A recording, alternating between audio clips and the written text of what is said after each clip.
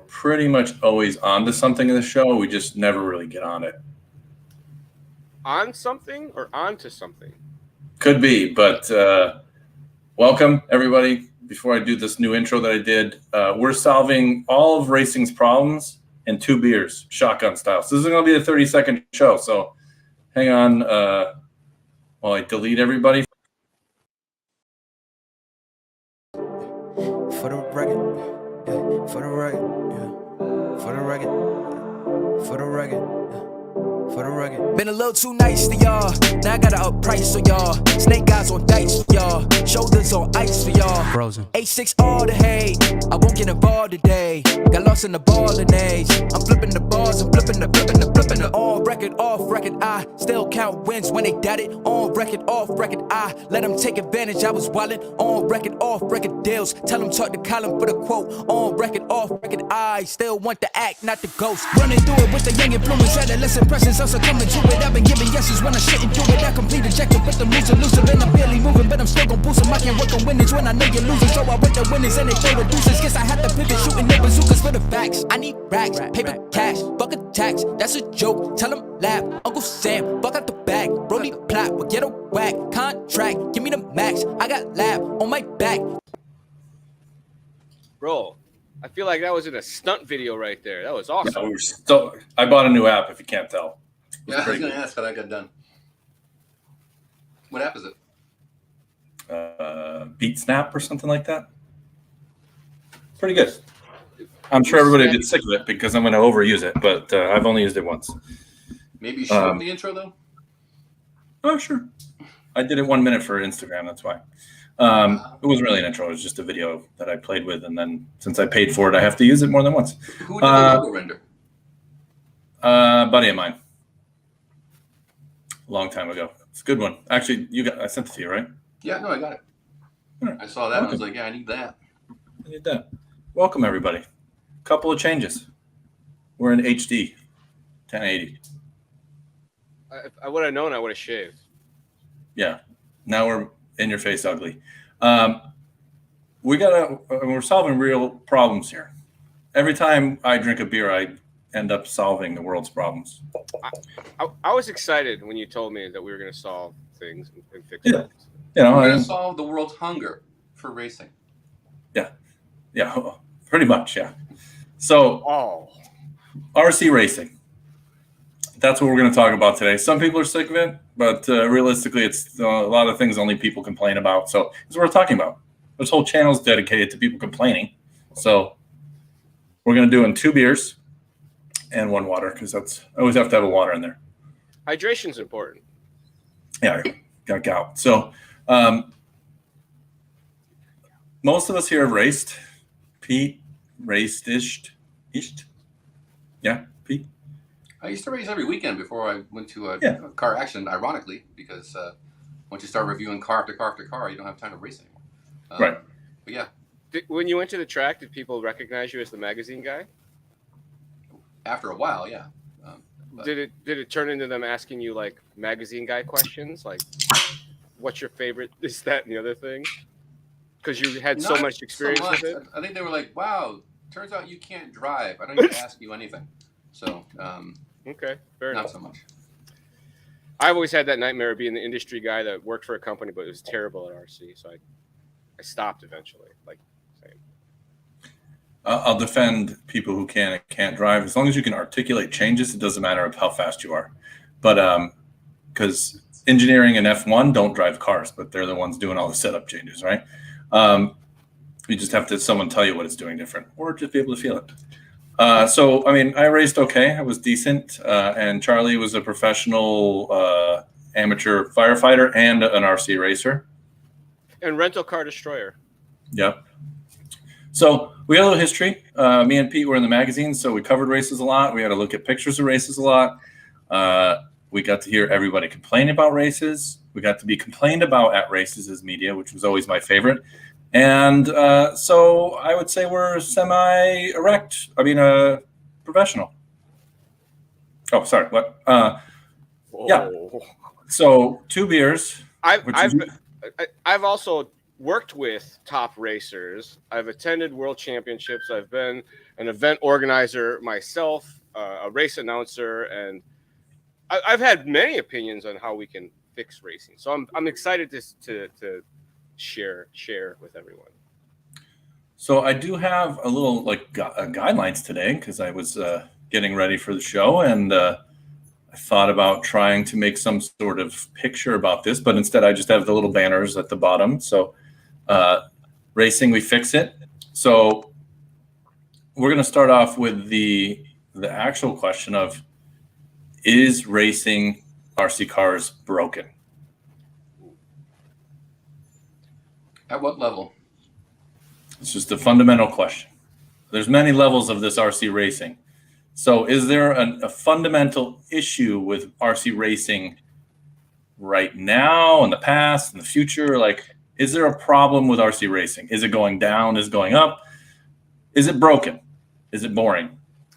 It's wounded, and it's limping along, doing its best to not let us all down.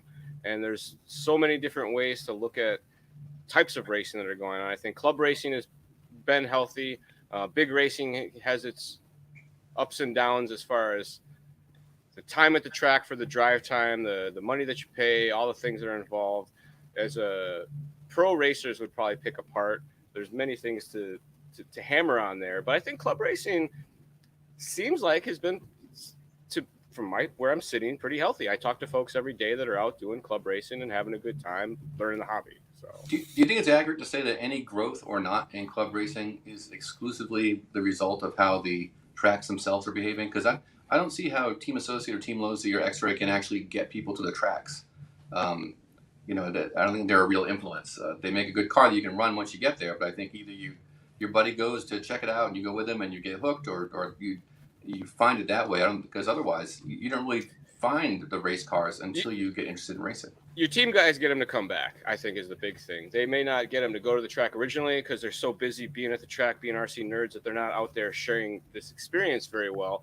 But when people do come in off the street and they see somebody who's very good at it and can help people and is outgoing, and when you have an issue at the track, maybe they go out of their way to help you. That's rock star team drivers or personalities or dudes who work at companies and stuff like that, so that they don't get scared away from the track. It's so hard to get them in there. You want to make sure that they come back, so to speak. So I think it's fair to say that most tracks, well, maybe that's changed now, but most tracks don't have team people. I mean, so we'll go over like when I got into RC cars, I didn't get into RC cars because of racing. I saw somebody drive a Frog or a Hornet or something, and I was like, holy shit, I need that. And I was probably 7. I didn't get kind of interested in racing until I started to get more people around me that had it, and we obviously raced each other through this grass and that crap. And then somebody knew that there was a track, and we went there with the crap that we had, and that's how we started racing. So I think it's very difficult to get people into just racing, because I mean, that's like saying you just get into, I don't know. I don't really have an example on deck that would make sense. That was stupid. So there's a huge trend that I have noticed of people who used to race something else, and now they race RC as their get by. It's their affordable drug that they can do instead of the real racing that they used to do. Or they're injured, they can't do that motorsport anymore. They have loved ones that won't allow them to do that motorsport anymore, and they do RC instead because the competition is what's there. And I think that what's something that RC does better than anything else is the level of competition is very high at certain areas and levels, and especially when you get groups of racers that work together. In my heyday, we all drove each other's cars, helped each other do setups so that we would make each other faster. And racing breeds that. Like, you can get groups of guys that starts to happen with still, and you find good racing families and people and individuals that are out there at the track, at least, trying to make this situation more enjoyable for people getting into it because they're sponsored and this is what they need to do, or maybe not, just because that's what they do and that's how they get sponsored. So there is a little bit of that going on because they come from other arenas or sports that you have an appreciation for what that does to the racer, the experience, and want to come back. I'm going to address one of the words that you keep using that I think is one of the issues that I think is broken in breaking racing, is they use the word that people's goal is to get fucking sponsored. Yeah. Isn't it just to race RC cars and have a good time and win first? Beat your At buddy. some point, everybody thinks they deserve to be sponsored and we do all this crappy 50% sponsorship, which is just basically you're a small distributor. But we've trained people to think that the only gratification from doing this is being sponsored, which is part of the dumb part. So I would say, if I'm going to answer my own question, is racing broken? I think it is slightly broken, and it's kind of been broken forever. It's just been going through breaking in a slow motion breakage. Is that, the reward isn't winning or doing anything anymore. It's getting parts at 50 to 60% off the cover price. You know what I mean? Like that's the racing. People get into it to think they're going to get sponsored. Like, I just raced electric go-karts the other day. Do I think I'm going to be sponsored? Because when I was at the track, I was third fastest. No, I almost broke my ribs. Some son of a bitch fucking boarded me 3 times. I was going to kill him, but I'm not sponsored.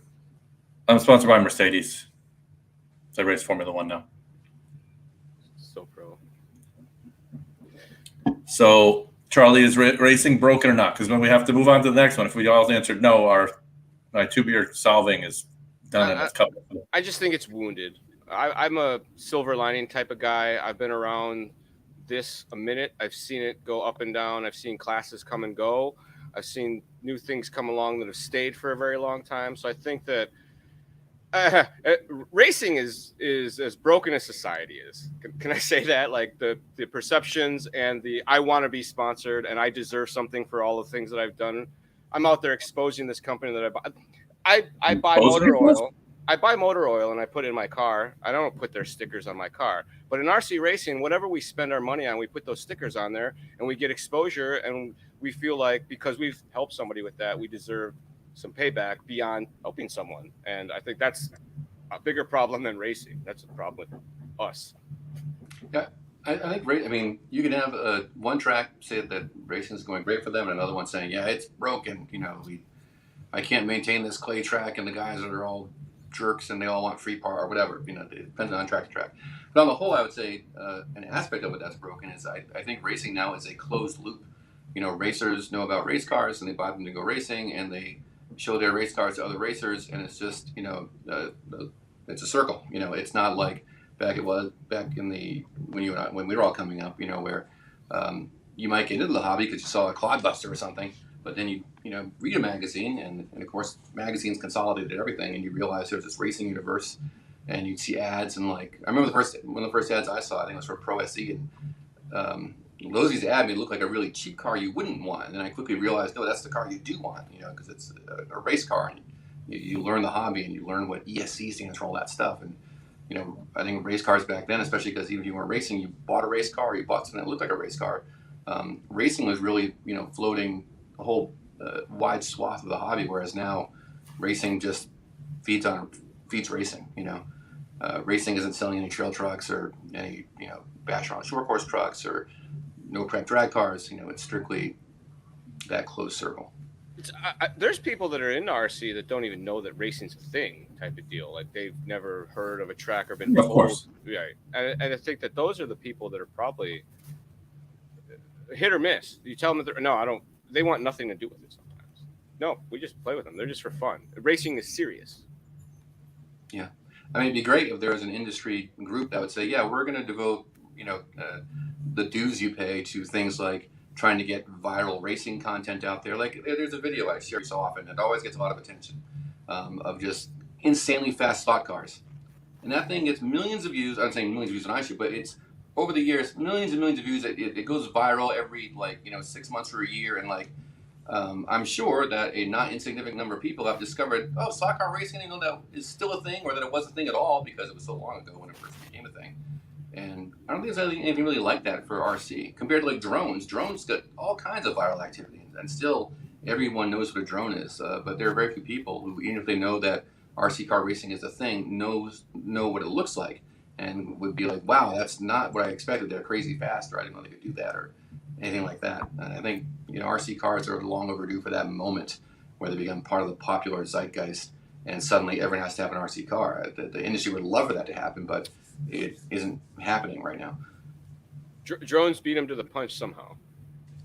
I mean, I don't know if I agree with that 100%, but so we kind of went vague, and now there's certain levels because obviously it's not just a fix. Club racing in the world is miraculously fixed.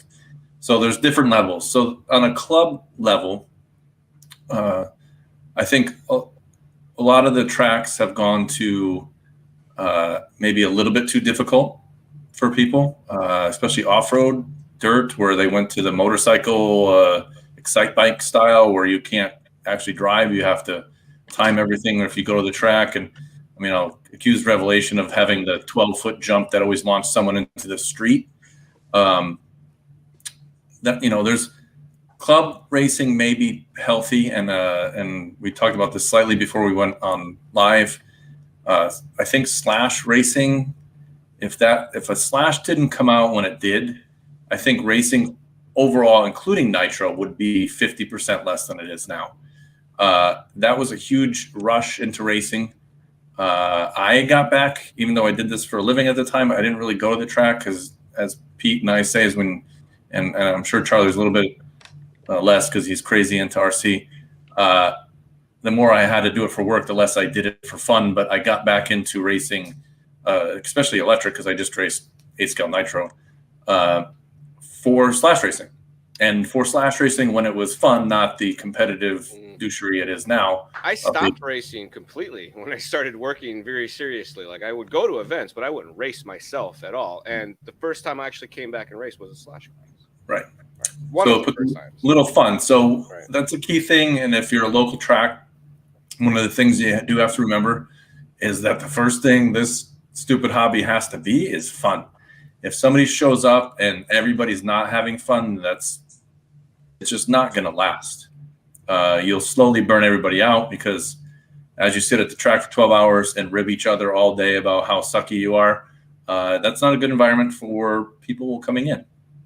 So club level racing definitely needs to remember that this is a fun class, and to try to promote times of only having fun.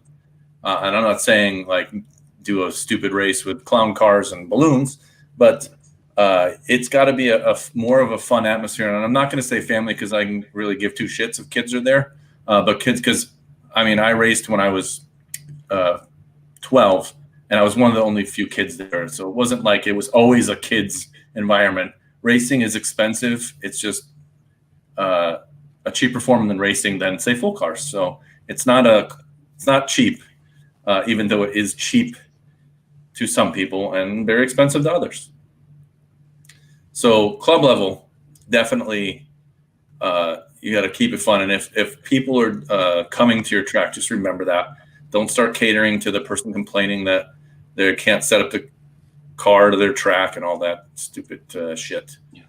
The thing with slash racing is it looks fun, but also it looks like you could do it, as opposed to like 12-scale cars zipping around, or even, you know, 2-wheel drive buggies on carpet with mod motors, where it's like, that looks fun, and so does Red Bull air racing, but I can't fly a plane, and I don't think I could drive one of those cars that fast. So maybe we'll just watch Timmy, and, you know, next weekend we'll go fly kites. You know, it's our slash racing looks like fun, and you're like, yeah, I could do that. I could bang a guy's doors off, and you know. Whoa. I can bang doors with that guy. Derek's got us all semi-erect. Pete's banging doors. What kind of show you guys get me into? And these guys don't look like pros, and the cars look entertainingly fast, but you're not like, holy crap, how do they drive those things? I mean, slash looks like fun and doable. I mean, that's part of the appeal. Our local club had a slash bomber class. I think they still do. So that you ran a stock slash, and they had like 5 things that you could change on the car. And one of them was you got to run a different body than the truck. Most popular class they had, like 4 heats of it every weekend type of deal. We all got them and ran them, and it was a hoot.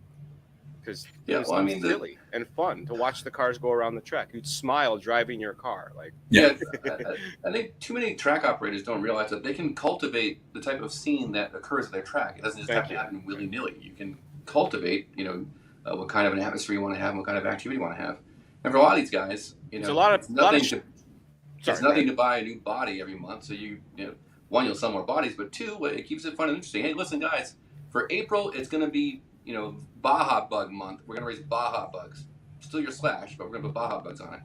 or it's it's your 3-year-old 10-skill buggy that you're going to sell. Instead, we're going to put these bodies on them and have fun racing them as a fun class, and you can still go crazy with your latest car model race car. There's a million different ways you can do it to have keep the atmosphere fun and exciting, and show people who are walking through the door because they heard from a buddy who had a friend who said there was RC car racing here. They're checking it out for the first time. They'll see something that looks fun and interesting that they can do, and when they ask how much it costs, the guy can say, yeah, it's like $200 for the car, maybe another $100 in other stuff, and you can get started, and that's all you really need to start racing this stuff, and it's a lot of fun. And I'll help you out. Whether it's Slash or not, just something. Yeah, not just Slash. It could be readily available, that's built that a person doesn't have to spend an eternity learning this new language of RC. That they can just put batteries in, go have a good time, and then have something for tinkering, because you gotta tinker a little bit. So I would race Tamiya Comicals in a heartbeat. I'd race Tamiya Mini 4-wheel drive, 2 AA in a car you don't even drive. It just goes on the track and you build the most efficient car. I'm down for that. Anything. I race those. That's actually super fun, by the way. Like you talk about some nerdy stuff. That's here's what I don't care about. I don't care if I'm going to be able to win. I do care that it's going to be fun and that's going to be brief. 4 hours max. Right. I can't spend all day, one full. Well, that's just becoming old and adult. I mean, the club racing scene is the most important, because you got to get the most in, because the trickle down to regional, to the major races, to the nationals, to the worlds. It's if you start with 1,000 new people in club racing, you're only going to get 100 that go to the regionals across the country, 50 that'll go to a major, 25 to the nationals, and maybe 1 makes it to the worlds. That's a made up ratio, but it's a huge parasitic loss of people that get out of this. It's faster than they get in. So building that club wave is the important part. And Slash built a giant club wave for a very long time. I mean, I'm sure it still has some pull somewhere, but just not as much as it did. So as a track, you always got to figure out what wave you can build, and usually that's revolved around fun. And I'll say that our cars are way too freaking fast for everybody on the planet at this point. So the key classes can't be painfully slow, which is pretty hard because there's not really a car that goes painfully slow anymore. But it can't be in a 50 mile an hour, It's got to go fast enough to break itself, so that you can't just run it into things full throttle and it doesn't break. Whatever that ratio is, that seems to be the magic. If it's not destroy itself, but something will break, that's slightly entertaining, so that it's everybody can drive it, have control, and put on a good battle. Yeah, faster cars too, simpler track. I mean, if I have a track and I'm going to have a Slash class, I'm going to have an oval with a jump on each straight, and that's the whole track. So you guys. Sushihara, he said back in the day, I don't remember how I heard the story, whether it were from Scotty or we were all sitting around having dinner, but he said the way that we fixed racing was to make the car slower and add a jump. We were talking about on-road racing at the time, because for people to come in and watch it, the cars are too fast to even know what's going on, and nothing happens. So a jump would make it so that something would happen, and you'd slow the cars down. Like, it's actually well, now we have off-road. That's add some action. Yeah, this was years ago. Before there's no new people coming into. As much as Jeff's not here to defend carpet off-road, I don't see that as an entry point to RC at all. To me, people may tell me otherwise, but I don't think if a freshie comes off the street and goes, "Oh, I can do that." I mean, that's a you're into the hobby, and okay, I'm tired of blowing off my car, so now I want to pull hair out of bearings. Pre-Slash, the thing that really created a fresh wave of people was parking lot racing, which was F1 for 10 minutes, but then suddenly everyone got into sedans, and when it was TAO1s and TAO2s, that was peak fun for sedan racing. Tons of chassis roll and are sliding around, and they weren't that fast. That was a lot of fun to do. But then, of course, RS4 Pro comes out, and then Corrali has their supercar, and X-Ray, jumps off from there, and now we are where we are. It's like everything else. There's a lot of good comments coming. We're having a discussion here, and I appreciate everybody really commenting. They're fired up in the comments. Yeah. So if somebody's watching this, it's always great to go through the comments. And Joe Myers mentioned that back when brushless came out, we were trying to slow down motors again. This is the same thing, and I always bring Formula One. Formula One keeps trying to slow itself down, and yet they go faster and faster around the track. So I mean, evolution is going to be we go faster. But you just got to create a class that can't go faster. My suggestion has always been is that you put hard no traction tires on there, and then horsepower doesn't matter. And that was, none of us work for Traxxas. Traxxas doesn't pay me at all. Hint, Traxxas. But Traxxas doesn't pay anyone. Yeah, they do. But when they came out and everybody raced the stock tire, it couldn't handle traction, and that was the appeal of it. Is it you didn't want to put any more motor in it because then you're just going to spin the tires, and it was self-limiting. So 8-scale nitro had a giant rush of new people for a long time, and that was a more difficult class. I think those people stayed in it longer because it's a higher investment, and you had to be into it, so you couldn't just throw on ready to run on the track. So nitro had a very steep learning curve. So once you got past that, you had a leg. Yeah, I think it was higher. I think more people stuck to it at that point once they got in it. I mean, I'm sure it was a quick burnout, but and plus T-Max probably helped a little bit in that. Because you got a lot of people that their first car was a T-Max, which is still crazy. And they learned nitro. Yes. So I think their next step was going to be to an 8-scale buggy. So I think that was a good crossover. But going from club to regional, I don't even know if that word exists anymore. And it used to be a stepping stone to be able to race other events to help people graduate and get something other than sponsorship. When I was a kid, when I went to go race the regionals, it was like I was going to the Olympics, and definitely not prepared at 13 to run that by myself. But I don't think people give a shit about regionals anymore. I didn't even know that was a thing. Yeah. I mean, it used to be you had to run regionals to race the nationals. That's how I remembered it. When I was a kid, you had to make like the C main at the regionals to qualify. be able to go to the nationals. I'm like, that makes sense. Mm-hmm. And so now, because we are in everybody deserves to race everywhere, we don't have that stepping graduation of even a sense of accomplishment. When I started, this will be like Jeff's rant of forever of just need 2 classes of stock and modified. You raced stock until you were good enough to run modified, and then you never went back. And to be honest with you, I never went back, even though I was good for a while. But when I fell off, I should have went slower, but I had too much pride. I was like, I'm never going to go race the slow class. And I'm not saying stock isn't hard, but I would much rather be in the F made and modified than run a class to where I felt like I was better than, even though I'm not. Just saying. But back in the day, I definitely was. Spec racing's evolution of what makes you fast is different than modified's racing evolution of what makes you fast. Yeah. Like the things you need to know to go fast in spec racing are very, very different than what you need to know to go fast in modified racing. And isn't it way more expensive to go fast in stock than to go fast in modified? I would say not anymore, but I mean, it's definitely more of an effort. And obviously there's more ways of cheating since you can figure out how to do stuff you're not supposed to. No, people don't cheat in RC car racing. What are you talking about? That's not a thing. No, we're all saints. It's like a church. Nobody cheats in churches. That's why we race on Sunday, because it's church.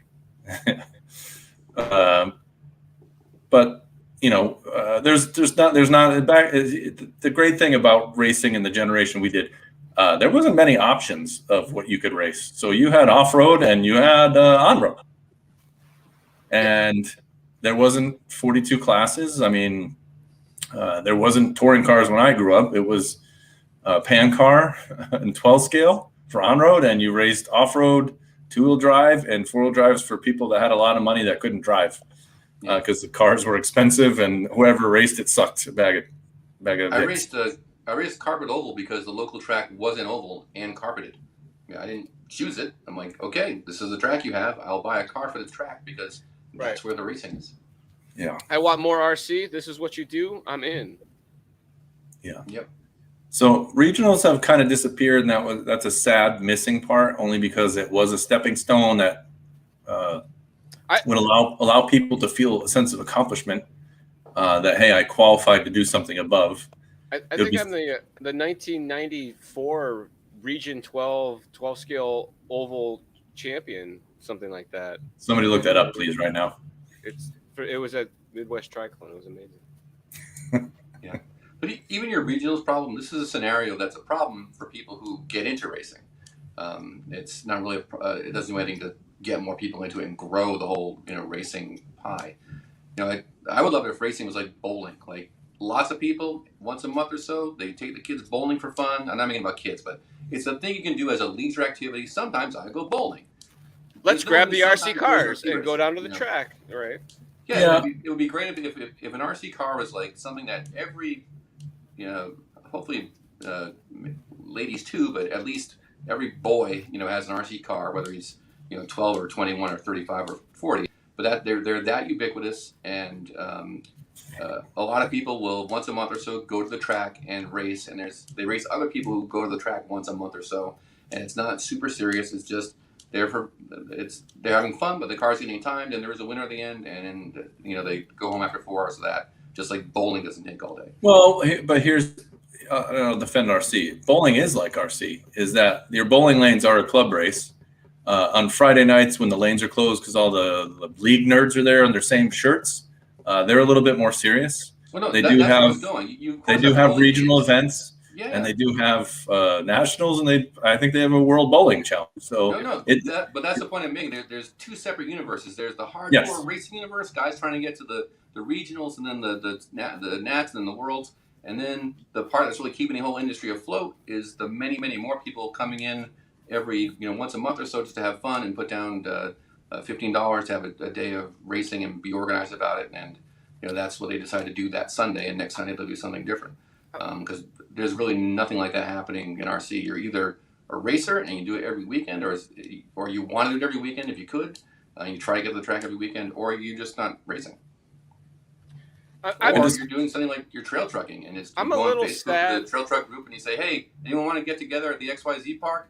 And then 10 guys will respond, "Yeah, I'll go. What time are you going to show up?" And that's their activity. Right. It's in motorcycle groups. It's much the same. It's getting away from competition that people are getting together to do RC for non-competitive purposes. But like the idea of bowling being a family gathering, that you could go down to a track and you as a family could go rent 5 cars for an hour and drive around for an hour and have pizza and whatever, and then go home after that. Like that's RC bowling. Or the track is, how much does a bowling ball and a pair of shoes cost? I think that's the bigger problem here. And you can't practice bowling. You can't tune on your bowling ball while you're at home. You can wax your balls. Yeah, we're back to this again. And that's a real term. Change your Dr. Scholl's type of thing. But RC cars, when you're at home, it's all you can move your holes around. You can do a lot of stuff. There is tuning with bowling balls. Okay. Shaving them and waxing is one of them. But all of that is going to happen at the alley for the most part when you get your thing. RC, you could sit in your garage and tinker on RC and polish your shock shafts and cycle your batteries and do all of the things and mount tires and all of that away from the track. So there's... Well, I know I've told the story before, but my local track, Extreme in New Milford, when I was in Connecticut, they'd get so many guys, 20 guys to race on Sunday, and there'd be 40 guys there on a Thursday night just bashing around. And they're like, "Yep, tried racing, way too little track time, got yelled at, and not for me. We'd rather come here and just go through pack after pack after pack, or burn up a whole gallon of fuel and just run as much as we want. And, that's our racing because, hey, Bill, you ready to go? I'm ready. Okay, off we go. We're racing." The term racing, the racing in RC is kind of like a multiple stage thing. Saying that to, at the nationals and worlds level that we're trying to get new people on, we're not. You're just trying to create the bump in the beginning, which is down over here somewhere, club racing, to sustain the professional side or semi-professional or fake professional side of RC that we idolize when you race, is that, this car is great, this person is great. And one of the things, and I think I discussed this last week with Joe, is that at some point, if we keep trying to fix something and it's not fixable, I think we're stupid. And I think that the realization is at this point in RC, since we've been around, a hot minute, is that we're not a mainstream family go out together event. It's somewhat of a loner event, which is some of the popularity of it is that you don't have to rely on anybody. You go by yourself and not talk to anybody. But you need to have the group in the beginning and then focus on the second part and realize that the nationals, despite having, increased coverage and events, has probably helped it a little, but I don't see millions of views from race coverage. I don't see any of that stuff that's produced.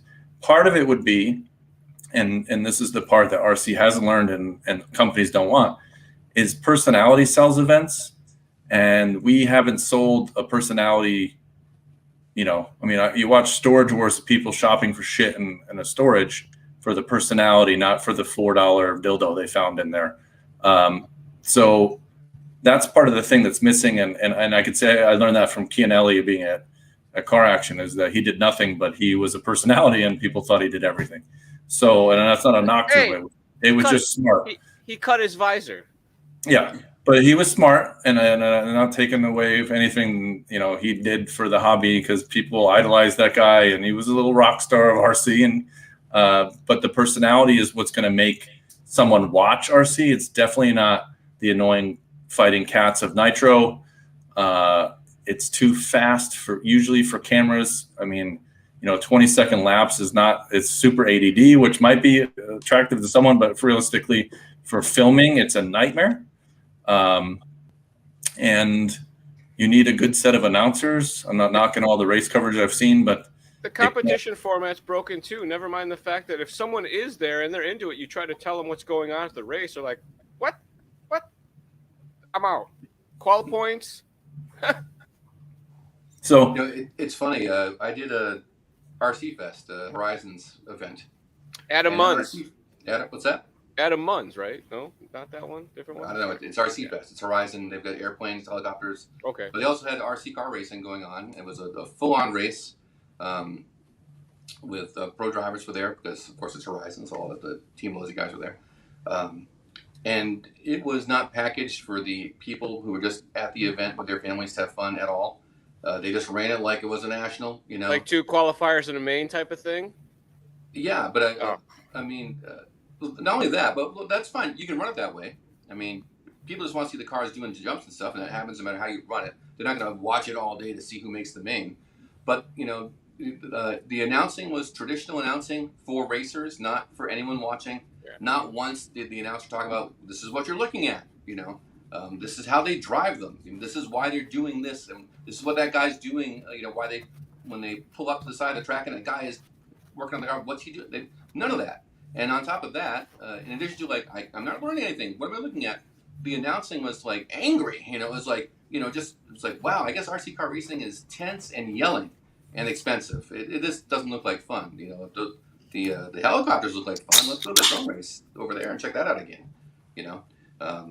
So I think too much of racing, when people do check it out, it's like, yeah, this is a whole little universe of its own, and it's tough to get into. And if every person's like, I have to penetrate this universe of RC car racing, there's 9 more who are like, wow, that was cool to watch, but that's not for us. I could say that I would agree with that for sure. Like the pedestrians that I've talked to that have seen racing for the first time, I'm very inclined to chat people up. I stand around doing my job, being an industry guy. So when I see people, I'm talk to them, and very interesting to get people's take on what's going on around here. Because if you don't tell them you work for somewhere, you're just some rando standing there talking to them. They think we're crazy. Like, these guys are into this. Like, the stuff that they say about the racers, not knowing that I know any of them type of deal. So again, there's a lot of good comments. So if you guys are watching, just read this. I agree. Announce to the spectators. We do that at Motorama and all the things, is educate people a little bit. Tell them what's going on with the classes. We even told them about the tech of the batteries, what these classes actually are, how the racing works. Like, break that stuff down for people. Yeah. And most importantly, you don't need to jump in at this level to have fun doing this hobby. At your local track, they're going to have classes that you can jump into that are slower than this, and the guys don't drive this well. It's fun. You should check it out. I used to always try to tell everybody, don't be scared.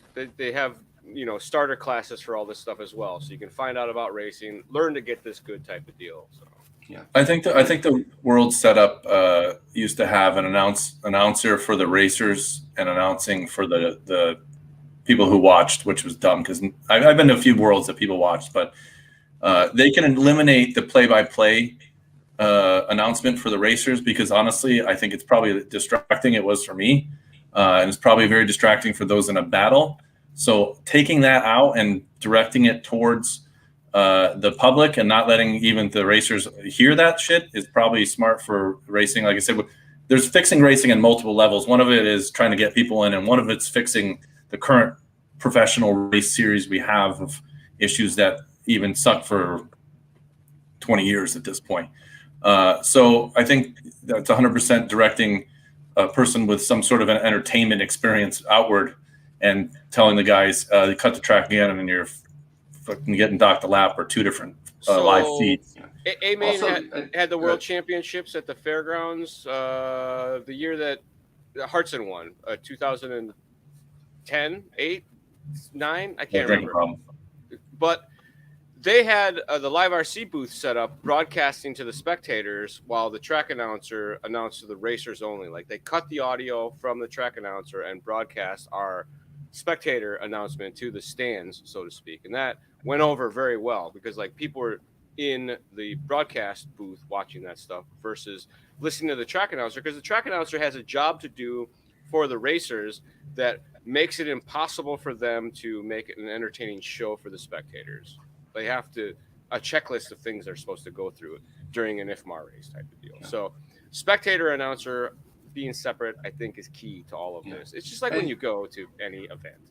Given how, let's say you nail the spectator presentation, you're doing the best job you possibly can, you're just crushing it with those guys, it's still not that many people who spectate RC car races.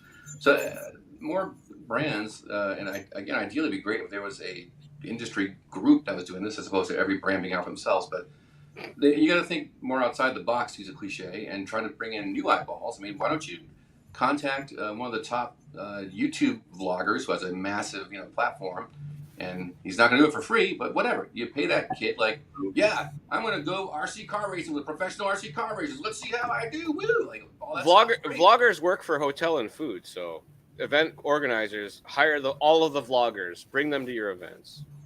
Get them an Airbnb and let them vlog together. I'm going to be the dick of this conversation and say the first part of fixing RC is stop trying to attract spectators when we have a shitty product. Right.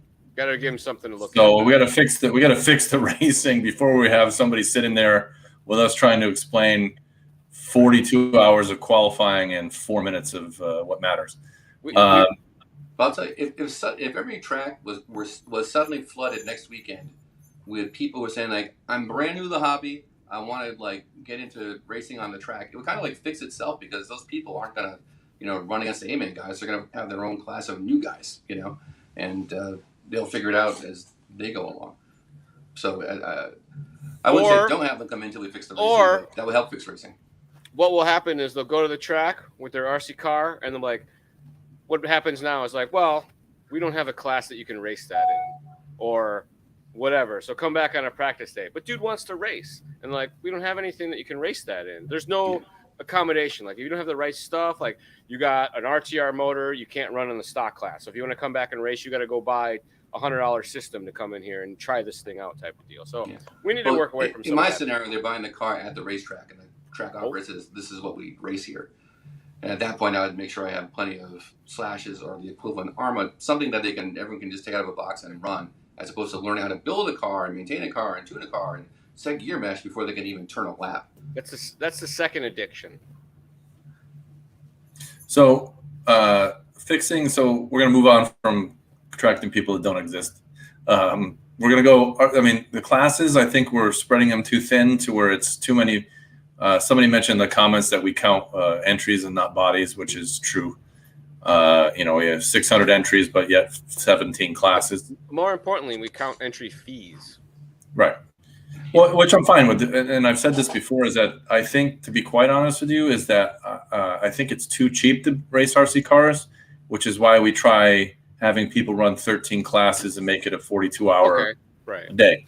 Like if you go race your sports car for the weekend in an autocross event, it's a couple $100 for 1 day, 3 runs type of deal.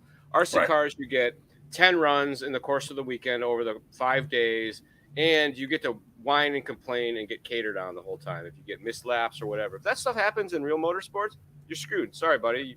Your stuff doesn't count, so you have a nice day. It's over. So, I mean, I think narrowing some of the stuff down and not, catering to 17.5. Well, I honestly, I don't think those. It's probably kind of condensed a little bit.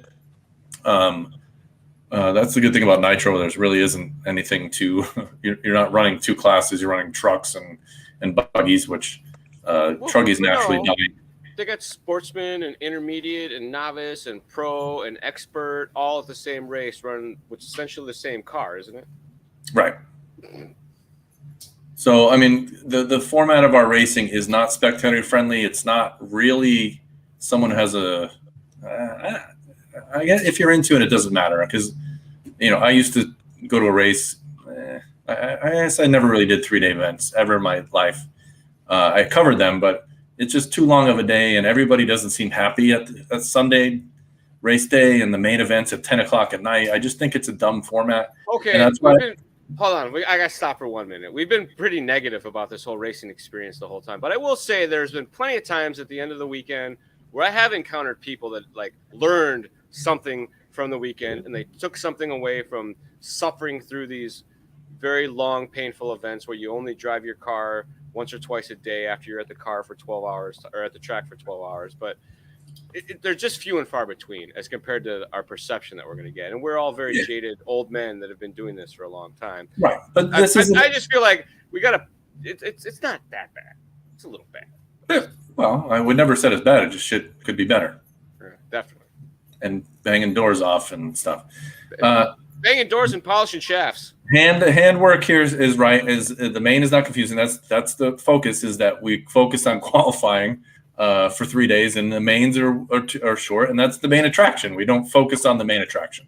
That's been my complaint is, and this sucks to say, but I think it's too cheap because people can run 3 classes and extend the day and make it longer for everybody. Some people enjoy that, but in general, I think it becomes too long of a day, and you may start with 100 people, but eventually it's like, man, I don't want to spend 18 hours at the track or 2 days to do it. So the track has to make money. It has to be cost effective. It could be more expensive. It could also be nicer, because I don't want to say that you can charge $60 for one entry and then you have a overflowing toilet and shit's falling apart and nothing works. You have to create a place where people can go and want to spend money. But I think, especially when you get up into the bigger races, I think it's too cheap. I mean, I don't know what it costs to enter the Worlds, but it's obviously not enough because there's too many people that enter it, and it should have been filtered out a long time ago. I shouldn't watch people struggling to, and I've been to Worlds where the bottom stuff is a joke. Well, I'll speak to this for 1 second, though. It becomes a point that for some of these guys, they have to run all those classes because it becomes a competitive edge that you have more track time. You get to run, see the conditions change and all of that. So, and as a racer, if you're paying the track more money, you got more complaint vouchers as well. If you're just a guy running 1 class versus a guy running 4 classes and you have a problem, you're going to get. I'm fine with the track operators having lots of classes because there are guys who might want to race one class but not another. But what bums me out is it's like, if I race 1 class, I need to be at the track for 8 hours. The guy who's racing 4 classes, also 8 hours. It's not like, yep, we do 2-wheel drive buggy up until about 11, and that's wrapped up. And then no more 2-wheel drive buggy. Then it's all, 2-wheel drive truck or whatever the other class is. And then that wraps up, and then it's all on. So you're only focused on one thing at a time, and you're not, waiting for 5 other types of vehicles to go around before you get back on the track. And, so the track might have 100 people there all day, but they've got 25, and then 25, and then 25, right, and then 25. As opposed to 100 all waiting around and maybe not coming back again because it just took too long. Instead, you've got that group coming back every weekend. Jeff says the Worlds is $350. Okay, so it should be 1,000. Then I don't disagree on the Worlds. It's the World Championship. I mean, you want to not have the squids there. You just want to have the top guys, and those top guys don't care what the entry fee is because their sponsor is paying it. Yeah, exactly. You think F1 drivers are like, holy crap, I can't believe how expensive Monaco is this year. Like, they don't know. Yeah. You'll spend more on less for sure than $1,000. Yeah. I just think for me is if, again, this isn't focusing on spectators, but if you want to fix the product to be spectator friendly, unfortunately, it's less people racing on the track. And what sort of competition format is spectator friendly? Motocross is very spectator friendly. To me, it's not about making it spectator friendly. It's about being friendly to the spectators if you get them. If you don't get them, that's fine. but you should be using the racing to get people Right. into racing. I mean, because I suppose if we make this very polished RC car racing package, all we have is, just like in motocross, pro riders, and then this very small upper echelon of the traveling circus is supporting dirt bike shops and local racing. All they have nothing to do with the pro tour in any way, shape, or form. Maybe they don't even run that type of format, but people come and run their dirt bikes there because it's on TV and it's cool and that sort of thing. Like, we need RC to have that sort of crossover, maybe. Yeah, I don't know. But at the same time, the motorcycle companies sell very few motocross bikes. They're selling, ATVs or other stuff. So Hosses and slashes. Dirt bikes are popular, but and motocross does mimic RC as well, is that they have a World's Pro Tour, and then they have club racing. We have 5 motocross tracks by me that are busy 24 hours a day, I think, because I hear them all the time. But, well, in RC, you get to race against the pros. It's hard pressed. I know, but that's such a cop out to me. That means that you're never going to be considered anything professional, because it's like, oh, I have a car, I can race Formula One, or I ride a mountain bike, so now I can go, race a Red Bull. I'd say that is such a cop out. Oh, we get to race. Yeah, I interact with them. I suck. That's you better. can interact with people in a drag strip and all that stuff. Well, I'm terrible. I don't get to race with the pros. It's a sad. I'm sorry to break everybody's heart. You didn't win, and you're not going to win. Just deal with it. If you want to go talk to a pro, we have somewhat in the past set up manufacturer areas where it was. They never set up times. I think a couple races did have times where it was a talk and meet and greet and set the test and tune time. But that should be something if you're trying to set up an event to attract the racers that are already into RC. They should 100% have that. Bring your car and we'll tune whatever car you have. I've never seen that at a track. We've had test and tune events in the past. I don't want to say it was under my recommendation, but those were things that I said. How can you guys not go to the track and try to tune? Adam Drake is probably one of the few people that I've ever seen really do that. That people bring random things to him and he helps them go forward. But that's the sort of thing that's the picture missing event. It's, again, the product isn't perfect. It's not polished. It's not ready for prime time. It's not ready for spectators, because in the end, a lot of racers aren't really personable. And I'm not saying that they're not. It's probably changed a little bit because now I watch people set up their servos on Facebook, which is boring as shit. But they need to set up the event to handle traffic if they want that, or to steal a racer. If their whole goal at the regionals is to try to steal some local guy from switching teams, then you got to cater to that guy, which is, hey, let me show you why my car's better. Here, drive mine, or let me fix yours to make it work, where you walk away with saying, I'm going to buy a new car because this guy helped me. I think maybe fixing racing, all the classes and all that, what do the racers want out of these events? Maybe is a better question. Like, we need to find out what people who are going to the track, you want more track time, you want more competition, you want simpler rules, you want what do we want as like people who are actually going out and doing this? I'm going to say this. Do we want spectators? Do we as want someone exposure? Manager, you never really want to ask the people that do the job what they want, because it's not going to be the right answer, or they wouldn't be in the position they were. I want more money. Yeah, I mean, you get the racing version of the There's got to be an objective, and it's not going to be asked the guys that more track time isn't going to fix anything. It's nicer, but you could be at the track all the time. My ex at one point said it was a joke when I was covering races. Why do these professionals have to practice for 3 days? Aren't they professional? You know what I mean? Like Formula One, again, I always use this example because obviously I don't have a Mercedes, but I did go to Mexico. They limited practice and they limited cost to try to make it affordable for the teams in the competition. Not so much, the cost of the event, but they had to make it appealing to keep cars in the event, which in our terms is to keep people. It's not the cars. Our Formula One car is actually people. So you got to make it cost effective for someone. It can't be 3 days and 4 nights in a hotel. Granted, people waste their money on it, and that's what RC is based on. I've done it, and I've watched, covered it for a lot of time. I don't even remember how long, but it's something that you got to pay attention to. And you got to have it to where if you want to think that RC is a mainstream thing, it has to be set.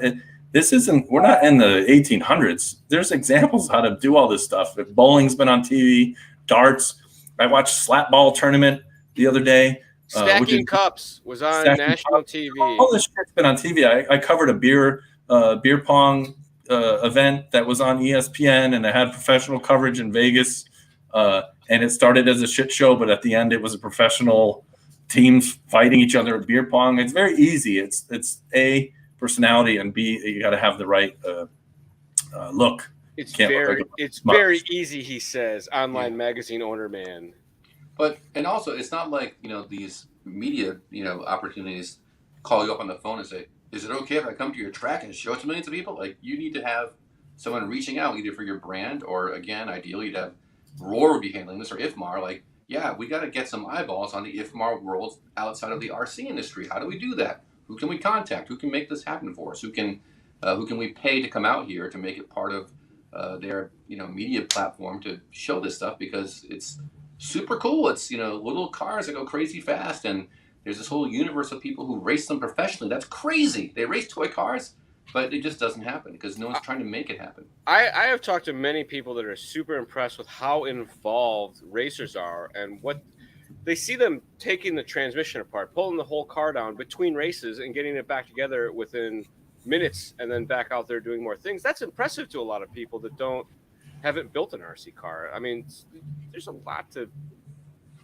gain from all of this. And like you put Cyril's comment up, like a lot of parents got their kids in RC to give them something to do because they were taking the toasters apart. So here, take this apart and make it faster. Yeah. Type of deal. Well, you go to any hobby store on a Sunday, and you're going to see people that were like, wow, it's got little shocks, and they bounce it, and like they can't believe how much it's like a full-size vehicle, and the technology that's in them, and the all different types, and like, wow, everything that's out there in the real world. Here's a Jeep that looks just like a real Jeep, and it's got four-wheel drive. Yeah, and you can even put aluminum parts on it, and you can do this and that, and you can paint your own body. See, they come clear. It's like, whoa, that blows their mind. You can customize it, modify it, upgrade it. Yeah, but I mean, your typical hobby town, most of their money is the RC section, and most of that RC section money is not planes and boats; it's cars, and 90% of those guys do not race. That's not what they're going to do with it. They're going to go tearing up and down the cul-de-sac. They're going to go to the park because it's a trail truck. They're going to just find a big empty field and rip around in a fifth scale 5T type of thing. But they're not really getting to a track or an organized RC anything. Because for me, it's less about racing and just organized RC events where RC people can get together en masse and do RC, as opposed to just you and your two buddies who happen to be into it. But like, yeah, once a month at the park, there's a big trail truck thing that my local hobby shop puts on. There's a barbecue afterwards. You show up around 2 in the afternoon. You leave around 7 at night if you want to stay for the whole thing. And we just we check out each other's trucks. That's a blast. And no one wins a thing. You're just there doing your thing with your buddies. I hope no prep is like that. But I think by the time I get to race no prep, it's going to be okay. I got my one-turn motor and like it's already broken. Yeah. There's going to be some no prep resurgence where that's going to keep happening, and that club atmosphere is going to come back. But we've been doing the same thing, that trail truck thing. We call it Second Sundays. We've done it for 7 years now, and it's an excuse to dust your truck off and bring it out. Like whether you're hardcore into it, guys have been bringing the same truck out for the last 7 years, or guys have been bringing out their fleet of new trucks to show off that they never show to anyone except the group of guys that cut together on this Sunday, or the group of families. Even like we have kids and old ladies, and there's even some RC broads that got in. That's very wrong way to say that. I'm sorry to the ladies that are watching Derek's broadcast. There were some lady RCs out there that were into it, right? Both of them. But that's non-competition based. We used to run courses and get score sheets and all that, and it kind of killed everything. And we stopped doing the competitive format and just gave us a reason to get together. It blew up again, and we started getting 50, 60 trucks showing up with people. And I'm going to guess those are 40-year-olds that are drinking beer and having fun. So, Wes, that's the beauty of rock crawling. You get the non-drinkers, and you get the drinkers, and you get everything in between. In California, you know how it goes. But I will say, I've never seen more kids getting involved than I have in the trail trucking universe, because any kid can drive a trail truck any age, and it's father and son can get out in the woods and do their thing. So if you're going to see a kid doing RC, it's probably going to be a trail truck. It's harder to break it, so they can drive it around full throttle. It's one less thing to worry about because they just get to kind of pin it and steer. So I've told many of people, get your kid a crawler before you do anything else. But the problem with crawling is it's not really a mass. You're not going to see someone do it, because if you're going to do it, you're going to be somewhere where you're not going to be seen.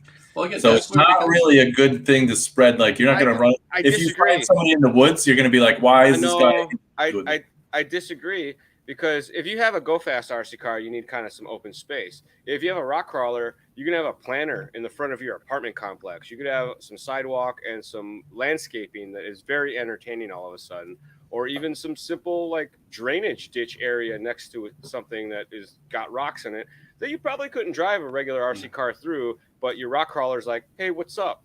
So I've seen people take their rock crawlers to the park or hiking or whatever, and might be some weed involved if you're running through the planter and you find that fun. But again, whether it's racing or rock crawling or any kind of RC anything, like, it's also about the shop or the manufacturer or your club getting it out there. And Lord knows it's easy to do with social media to say, like, this is what we do, and like, here's some video of it you can check out. And so if we do it at Arbor Hills Nature Preserve every third Wednesday of the month, come join us. Someone will let you drive their truck, and we'll tell you all about it, and it's fun. And we do that. You put up a sign next to the rest of the hobby store. Make sure you join the Trail Trucking Fun Club and all that stuff. Nobody sees my mouse moving around on my screen. Rules, more or less rules to make racing more. Ooh, you have to start with a little bit that will progress towards more, because people are jerks and they will ruin it. So you need more rules to stop the people from ruining it. But you need to start with a small amount. You need to have good rules about behavior, of course. But I think early on, and this gets back to Derek's point, which I agree with all about 100%. It's like, you know what? Do pretty much whatever you want, but you're going to run these rock hard tires that have no grip, and that's going to be the equalizer. I like the idea of less traction. Back in my day, tires sucked, and racing was, driving. Well, less traction. You had loose dirt or tires that had no foams. Now we have basically unlimited traction, which makes it kind of goofy. Do you remember? And especially worse with carpet off-road, losers. Yeah. Oh, and the track got rutted, and now maybe one guy is driving better than you. Good for that guy. Mod is and this will go back to the baby Jeff. Modified has less rules, and so therefore you can't cheat, but it's harder. So practice and be better. Don't be a baby. And remember, you don't have to put a 2-turn motor in it to be fast and modified. It just means you don't have to use the same motor as someone else. That's it. I've seen plenty of people outdo more than half of the modified field with a spec motor. It's not the motor. It's not the motor. Yeah. I myself got outlapped by spec racers with my modified touring car last time I raced touring car. That's when I'm like, I'm done. I'm good. Back in the day when I raced RC Madness indoors and I had some shitty machine wound modified indoors on a small track, I dominated. I went outside to where the straightaway was 100 feet long, and I went down like a toy car. And I still remember Chris Marcy making fun of me. There's Derek down the back straight, leading the race with all the Gunsies all modified, but my car was so slow that I was guilted into buying a faster motor. That's it. And then I wasn't as fast. The announcer made you spend money. That's a good announcer. Thanks, Chris Marcy. He still owns the track. Back in the days when you started your race day by making sure your car could run 4 minutes, if you weren't a great driver, you might discover that when you're like, oh, my pack's dumping. Oh, no, I'm going slower. You're actually going faster. Your fastest laps of the day was when the pack had lost, all of its edge, and suddenly, you're not making mistakes anymore. People these days don't even say dumping. They say, oh, I got lipoed. What does that mean? I don't even know what that means. Exactly. It's like dumping, but with a lipo. Your lipo cutoff kicks in. Gotcha. Right.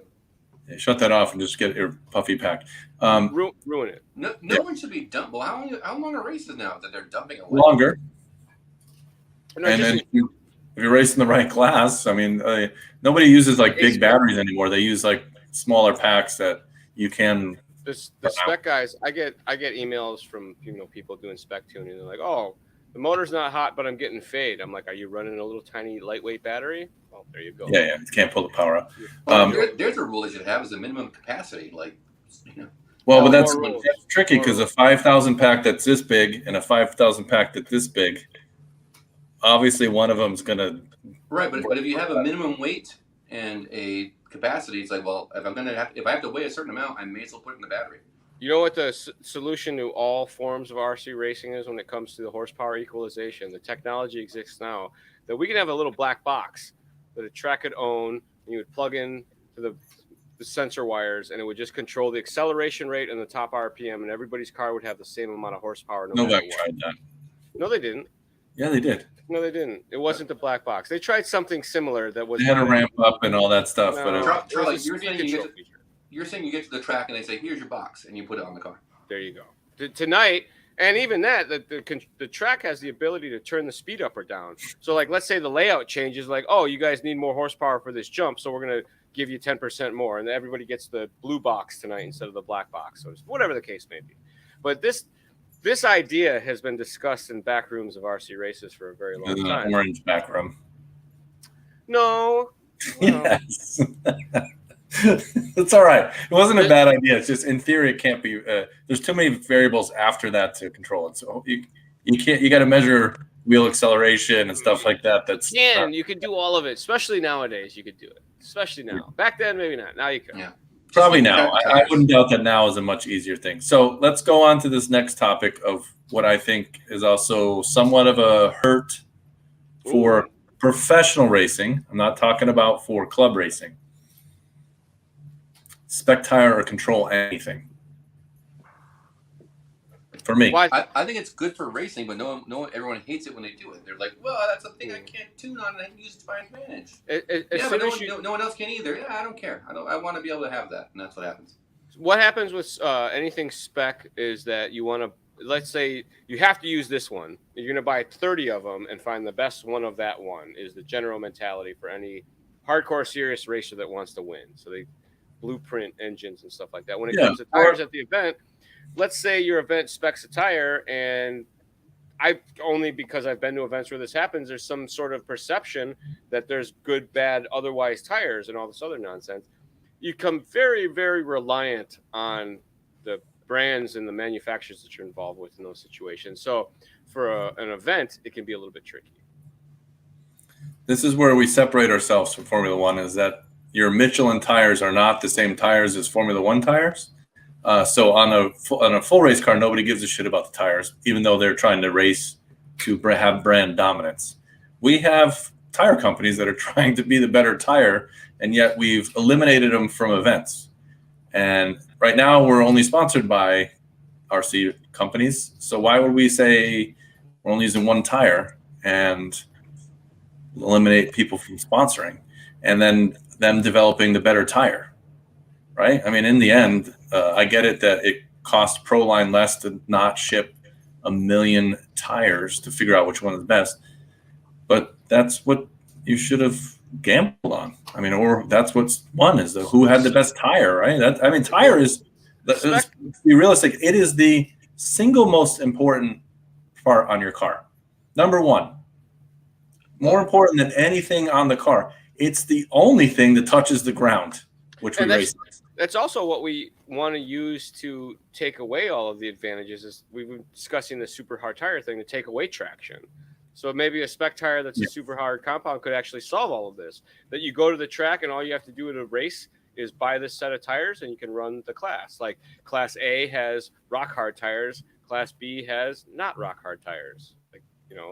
And you buy a $50 set of tires when you show up to race, and that's how you race that night. Yeah, I agree with that. I would say, I raced a Tamiya race, or a Reedy race, sorry, and it was a control spec tire. It was $80 a set.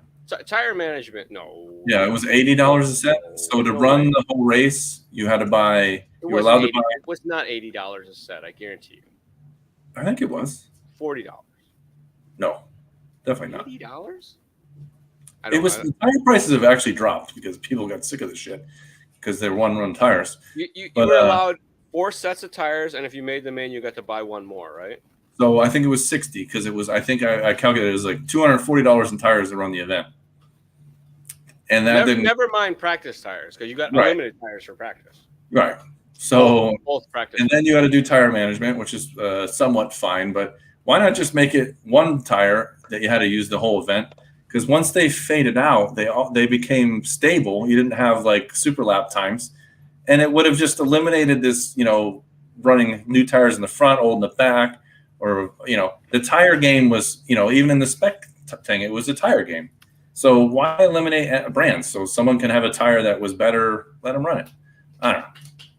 I don't like spec things. That's if you're gonna do spec racing, it's just not ready to run. That's to me is like if you're in the pro level, just saying that we're all gonna run the same tire, it saved companies money, but it really just defeated the purpose of trying to win. A lot of the items that we've been discussing this evening are paralleling each other while contradicting each other at the same time. Like we want spec for some things, but we don't want it for other things. Mm-hmm. Am I the only one seeing this here? Well, this is a very large glass. More stringent rules. Well, again, we have 2 sets of racing. You have, and someone had a comment in there, is you have an amateur line and a pro line.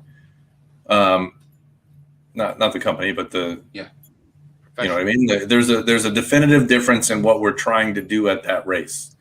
At a club race, you're trying to attract people. At a pro level race, you're trying to attract the customer to switch brands. Usually, I'm sure there are people that may have started getting into RC from going to an RC race.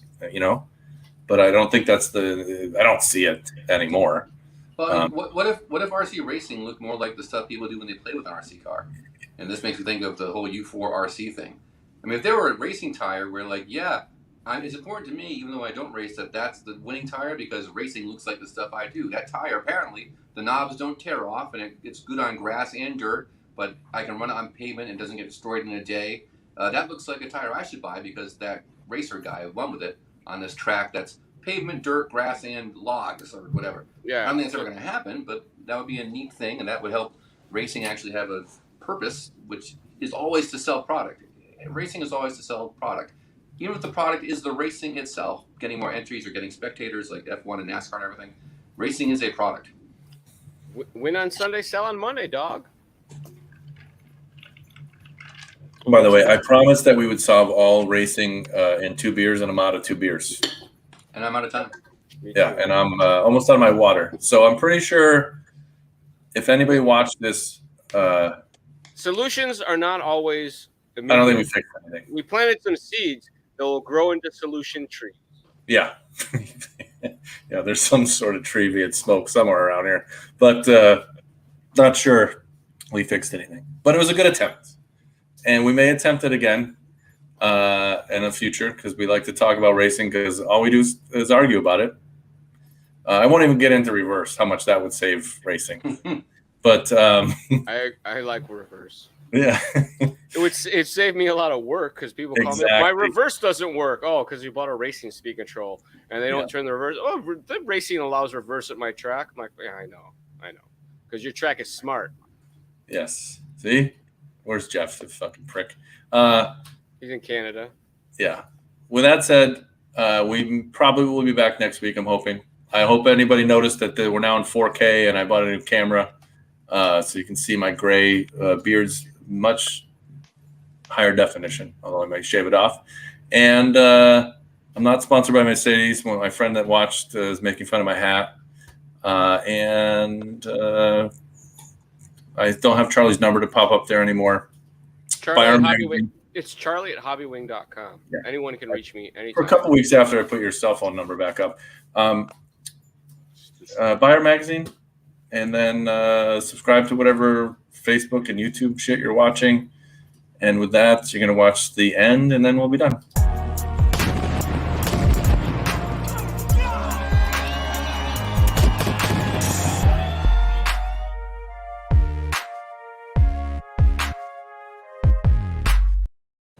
I will say, Master, I think I saw that you had 2 accounts and you were pumping yourself to be a moderator. I can only imagine that was your own self talking to yourself. I caught it.